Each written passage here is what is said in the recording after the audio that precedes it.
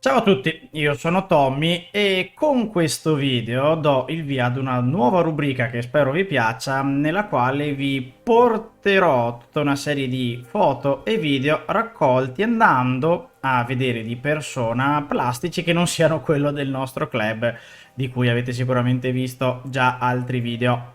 Nello specifico andrò a visitare plastici di privati piuttosto che di associazioni, musei, eccetera, e in questo primo video di questa nuova rubrica vi presento un plastico che probabilmente qualcuno di voi già conoscerà, che si trova non distante da casa mia, che è di un privato, ovvero il plastico quattro ponti. Vi lascio e mi raccomando andate a sfondare di mi piace il link della pagina Facebook dedicata a questo plastico, veramente, veramente molto bello, che rende ancora di più dal vivo. E vi chiedo, già che ci siete, anche di lasciare un like a questo video e mi raccomando iscrivetevi al canale, perché tantissimi di voi che visualizzano i miei video non sono iscritti. Magari per voi può sembrare una cosa da poco, ma vi assicuro che per me vuol dire tantissimo. Signori, bando alle ciance, sigla e poi si parte.